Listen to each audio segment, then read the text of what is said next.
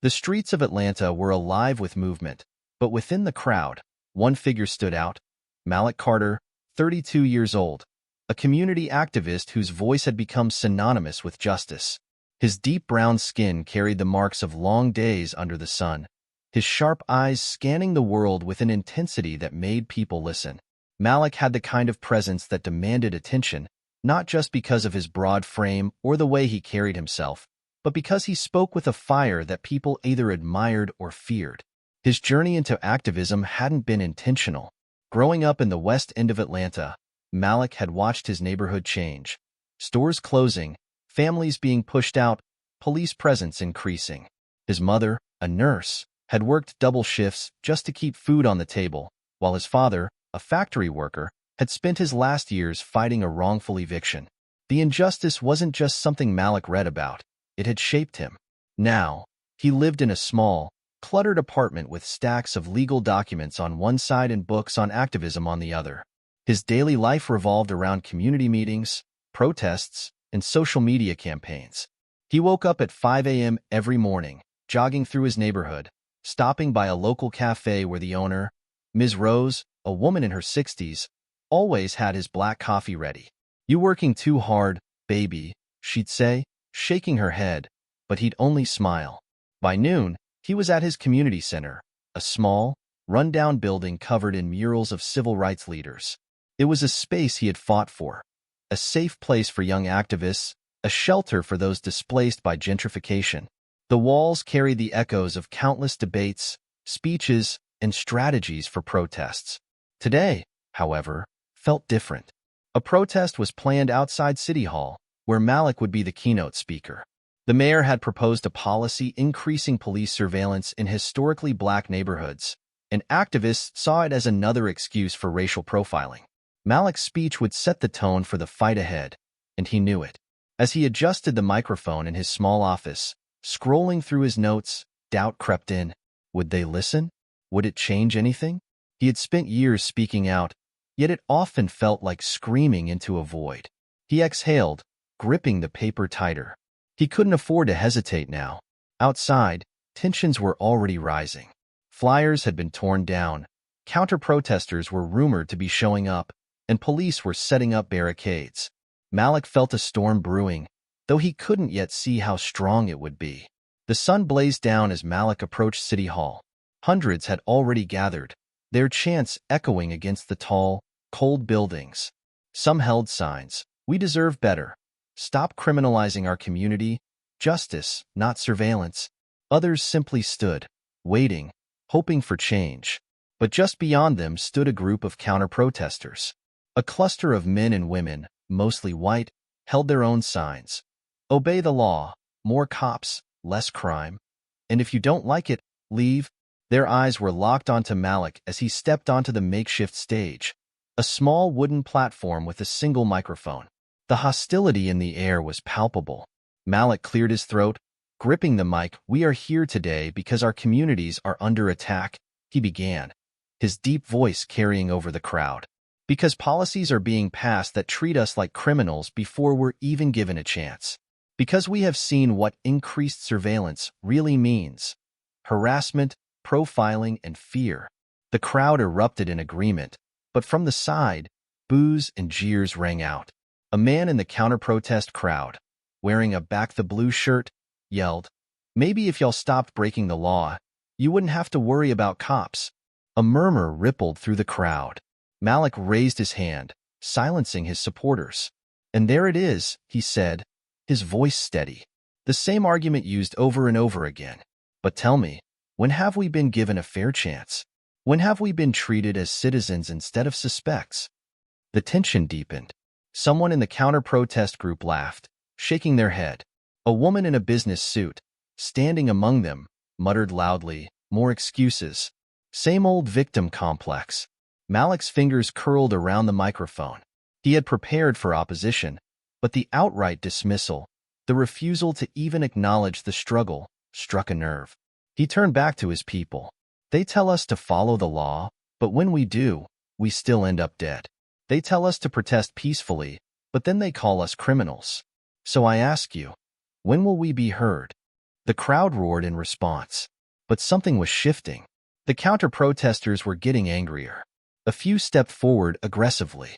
Police officers, stationed at the edges, shifted, hands hovering near their belts. Malik's pulse quickened. He had seen protests turn violent before, but this felt different. This wasn't just about policy. This was personal. He took a deep breath, steadying himself. Whatever happened next would define everything. Malik's fingers tightened around the microphone as he felt the energy in the crowd shift. The line between debate and confrontation was thinning. From the right, a voice rang out. "If you don't like how things are run, why don't you leave?" A young woman in Malik's crowd, Tasha, no older than 20, with tight curls framing her face, whirled around. "Maybe because we built this country too," she shot back. A counter-protester, a middle-aged man with a red baseball cap, stepped forward. "Nobody's stopping you from leaving, sweetheart." His voice dripped with condescension. The crowd erupted again, voices clashing, chants rising. Police officers, stationed at the periphery, took a step forward, their hands hovering near their belts. Malik exhaled sharply. He turned back to the mic. "We are not leaving. We are not backing down. We are here because we have a right to be heard, a right to live without fear." The moment should have been empowering. But then, a voice cut through the noise, one that shifted everything. "He's just another race baiter." The words came from a woman near the front of the counter-protesters, mid-40s, blonde, wearing a navy business suit. Her arms were crossed, and her lips were curled into a sneer. Malik recognized her instantly. Rebecca Whitmore, a prominent conservative commentator, known for her sharp critiques of racial justice movements. She had built a platform on denying systemic racism, labeling activists as troublemakers, and now she was here. The crowd quieted slightly, a hush of recognition spreading. Even some of the counter-protesters glanced at her, surprised. Rebecca took a step forward, her eyes locked on Malik. "You stand up here preaching about injustice," she said, her voice cold. "But what about accountability? What about personal responsibility? You tell these people they're victims instead of telling them to work harder." Malik felt his chest tighten. He had debated people like her before, but never face-to-face, never in the middle of a crowd split down the middle, where anything could set off chaos. Tasha shook her head furiously. "So we just work harder, huh? We get denied jobs, denied housing, denied respect, but we just work harder?" Rebecca smirked. "I worked my way up. Why can't you?" Malik knew what she was doing. She was trying to shift the conversation, baiting him into anger so she could point and say, "See? Look how aggressive they are." He had seen it before. And yet, the anger bubbled in his chest. For a moment, the weight of everything settled on his shoulders. The years of fighting, the protests, the endless cycle of arguing against people who refused to see. What was the point? Was he really making a difference? Or was he just giving them more fuel to twist his words?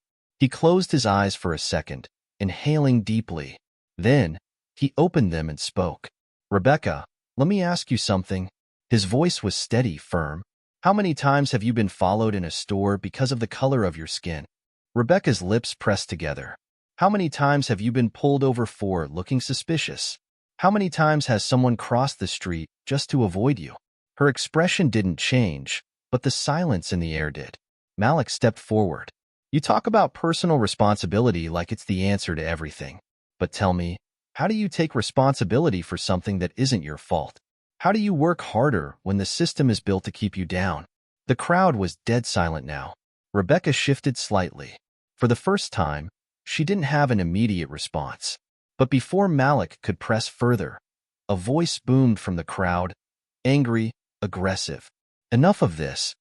A man in a flannel shirt, part of the counter-protesters, surged forward. His face was red with anger, veins bulging in his neck. Then, it happened. He shoved a protester, hard. The young man stumbled backward, crashing into a woman behind him. The tension snapped. Shouts exploded. People surged. Police officers moved in, hands reaching for batons and tasers. Malik's heart pounded. This wasn't supposed to happen. He had to act now. Everything happened in a blur. Malik dropped the microphone and jumped off the stage.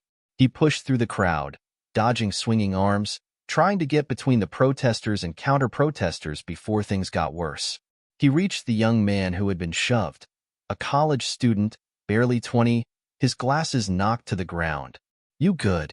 Malik asked, pulling him up. The student nodded, but his fists were clenched. "I'm tired of this, man. They keep coming at us like we're the problem." Malik understood. Every part of him wanted to yell too, to fight back. But he knew what would happen. The second they fought back, the media would spin it. They would ignore who threw the first punch, who started it. It would be black protesters turned violent, and everything they fought for would be buried. He turned back toward the counter-protesters. Rebecca was watching, arms crossed. The police moved in, grabbing the man in the flannel shirt, the one who had shoved the protester. But then, something unexpected happened. A voice from the counter-protesters spoke up. A woman, white, in her 50s, with a nervous expression, stepped forward. "That man started it," she said, pointing at the flannel shirt man. Everyone turned to look at her. Rebecca's face darkened. "What are you doing, Karen?" But the woman, Karen, didn't back down. "I came here because I thought I knew what this was about. I thought these protests were just making excuses. But I saw what happened. And this isn't right." The crowd shifted, murmurs spreading. Another counter-protester, a younger man, hesitated before stepping forward. "She's right." Slowly, a handful of counter-protesters stepped back, uncertainty on their faces. Malik saw it, the hesitation, the cracks forming, and he made a choice. He picked up the microphone again. "This is what I've been saying. This isn't about black versus white. It's about truth versus lies, justice versus injustice. If you see what's wrong and do nothing, you're part of the problem." Karen nodded slowly. The younger man looked down, shame flickering in his eyes. Rebecca, however, was furious. She turned and walked away, leaving a handful of counter-protesters looking lost. The police, now watching the scene unfold, hesitated. Without full-blown chaos, they had no excuse to escalate.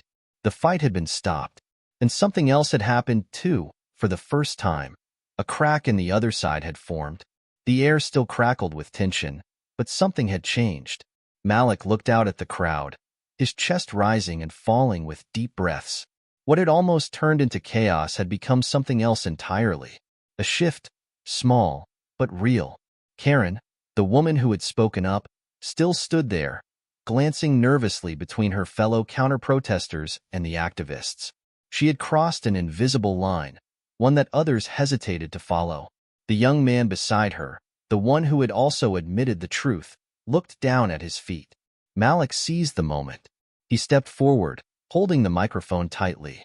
"This is what change looks like," he said, his voice steady but filled with emotion. "It's messy. It's uncomfortable. It's people looking at what they thought was true and realizing, maybe they were wrong." He turned to Karen. "You saw what happened. You spoke up. That's what courage looks like." She swallowed, nodding. She hesitated, glancing at Rebecca's retreating figure. "I just couldn't ignore it." Malik nodded. "That's all it takes. One person willing to see, to listen." The counter-protesters who had stayed, some uneasy, some defiant, stood in silence. A few still muttered among themselves, arms crossed, unwilling to change. But others looked shaken. Maybe they weren't as sure as they had been before. A young woman in Malik's group, Tasha, stepped forward, her voice still filled with the anger of before. "But what now?" she asked. "They saw what happened, sure. But tomorrow, when they go back home, what's stopping them from going right back to their old way of thinking?" The question cut deep. Malik felt it too. How many times had he thought he made progress, only to see the same ignorance pop up again? Karen, still standing there, shifted uncomfortably. She turned to look at Tasha. "I don't know," she admitted, "but I want to understand." The words lingered in the air. They weren't an apology. They weren't an instant fix. But they were something. Malik exhaled. This was what he had fought for. Not to convince everyone, but to get people to question. To get them to see. He looked out at the crowd, at his people, at those who had come to oppose him but now stood in quiet uncertainty. He knew not everyone would change. Not today. Maybe not ever. But for the first time, he saw cracks in the walls. And that was enough. "We keep going," Malik finally said. His voice wasn't loud, but it didn't need to be. "We keep fighting. We keep showing up. And when someone is willing to listen, we teach." He turned back to Karen. "If you really want to understand, then start here. Have the hard conversations. Not just here, but at home, at work, with your people." She hesitated, then nodded. The protest wasn't a victory. Not completely. The mayor's policy was still in motion. The fight wasn't over. But today, something had happened, and that mattered. As the crowd slowly dispersed, Malik watched the people leave, some still fuming, some deep in thought. He knew tomorrow there would be another battle, another speech, another protest. But today, he had made them listen. Malik's fight isn't over, and neither is ours. If you believe in standing for justice, speaking out, and making real change, share this story. Let's start the conversations that matter. Like, comment, and subscribe for more stories that challenge, inspire, and push the world forward.